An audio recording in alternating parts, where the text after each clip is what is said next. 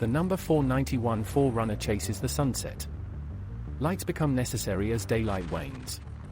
As they drive into the night, dusty clouds settle over the night sky. The border between Mexico and the United States glows white on the horizon. With the flat tire that stopped them in their tracks on lap 1. Their elapsed time at the start of lap 2 was 3 hours 28 minutes and 2 seconds. Lap 2 picked up the pace with a lap time of only 2 hours 33 minutes and 20 seconds. Would they be able to complete the third lap? Would they finish on time? Most cars have already stopped with mechanical issues, and there's no word on anyone who's finished. The main race station proves quiet as car number 491 pushes into the dark. Steve, the co-pilot, steadily counts miles on the radio as they traverse the next 60 miles of the course. Alone. Nathan, the driver, holds the car back as they outrun their off-road lights.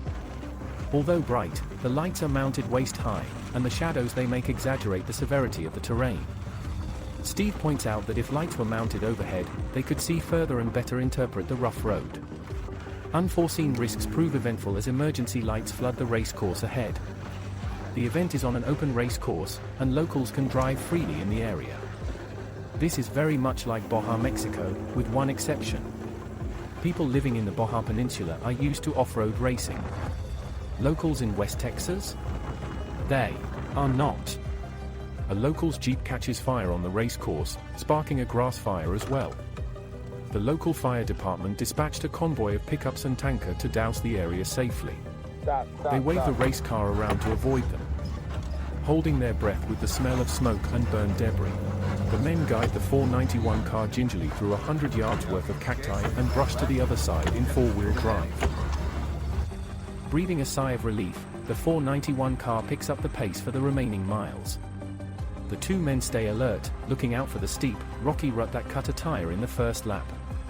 That impact was so jarring in lap 1, neither pilot nor co-pilot marked the waypoint in the heat of the moment.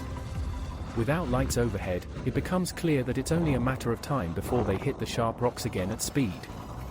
Fortunately, the miles count down, and they clear the rocky section as the moon climbs into the cloudy sky. While the Forerunner zigs and zags through the edge of a mountain pass, Steve heralds the pit crew to pack up and ready to go home. Steve continues to count down miles, giving the crew some sense on when they would arrive. Steve checks Nathan's emotional state, helping him keep pace and not rush the drive to the finish line. One big curse of off-road racing is this. Racers do not just compete against other cars, they compete against themselves.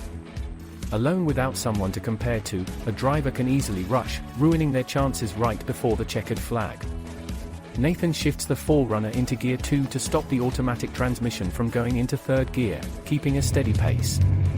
Although 6 minutes slower than lap 2, they finish the race with more than an hour to spare on time. With a lap time of 2 hours 40 minutes and 20 seconds, the number 491 car crosses the checkered flag at 10:51 local time. That finish earned the race team a second place in the sportsman's truck class. In customary Texas fashion, the team loaded up and celebrated the night away at Whataburger. Special thanks to our crew members, Steve Tayo of TPM Racing, co-pilot, videographer, mechanic, and feelings masseur. Colin Hornock of UC Motorsports, pit lead, videographer, drone pilot and comms lead. Kelly Sumroll, budget manager, GPS validator and incredible wife. Alan Engelbert, radio lead. Ron Tackett, recovery lead. And special thanks to our sponsor, ARC Specialties. If you need automation in your manufacturing environment, there is no one better. On behalf of Nate from Good Mayhem Racing, we will see you out in the desert, if not his garage.